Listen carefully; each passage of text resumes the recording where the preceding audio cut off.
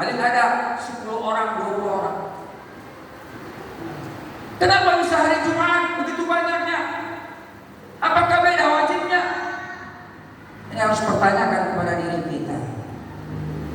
Sholat itu wajib, dipanggil oleh Allah Subhanahu wa taala. Ini tadi ada panggilan hayya 'alas shalah.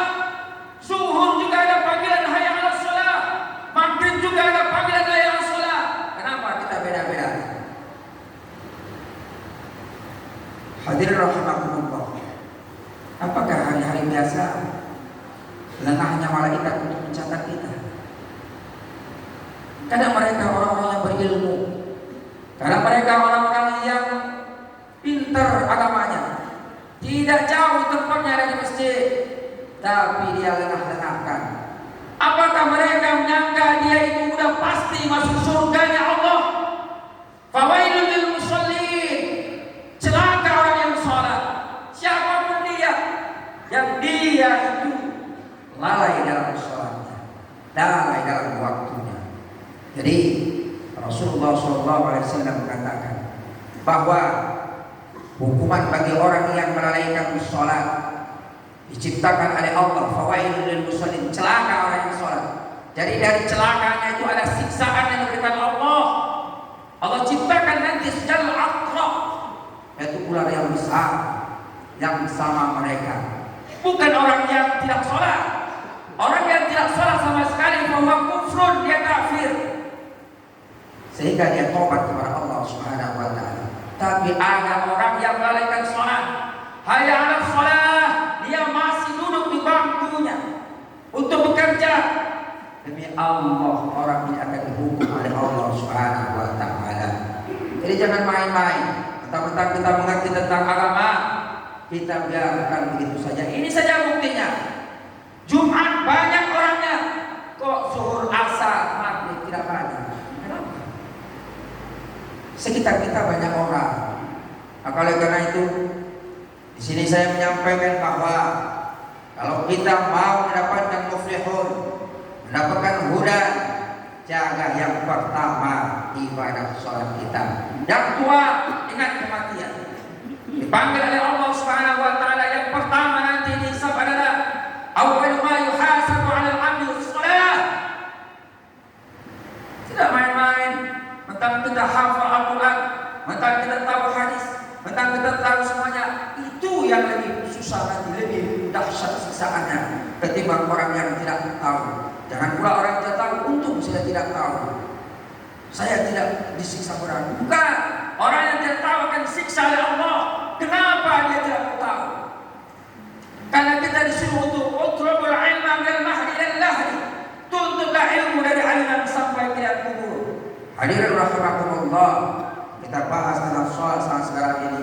Kita sudah 50 tahun, 40 tahun, 30 tahun. Apakah kita mengerti tentang makna pengertian daripada sholat tersebut semenjak kita belajar ibadah sholat?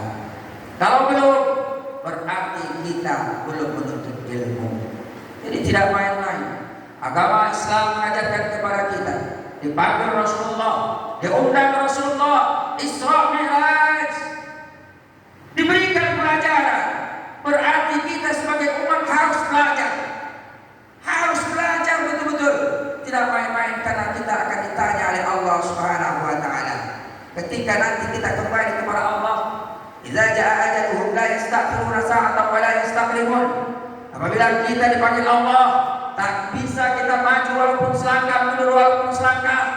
Nanti kita di saat itu akan terkapar, akan menyerah, tidak bisa berbuat apa-apa.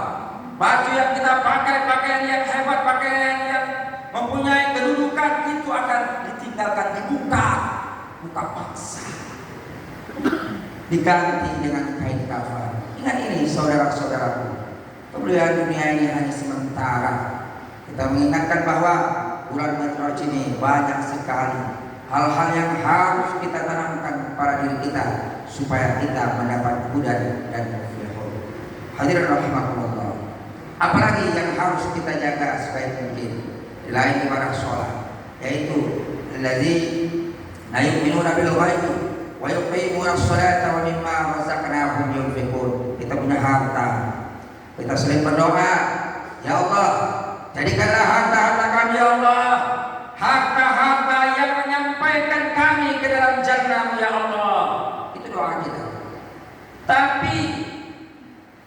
Kita tahu bahwa orang-orang yang melaksanakan sholatnya benar, bahwa dia mengambil harta tidak dari harta curian, tidak dari harta tipu-tipu, tidak dari harta yang tidak diharapkan Allah Subhanahu wa taala.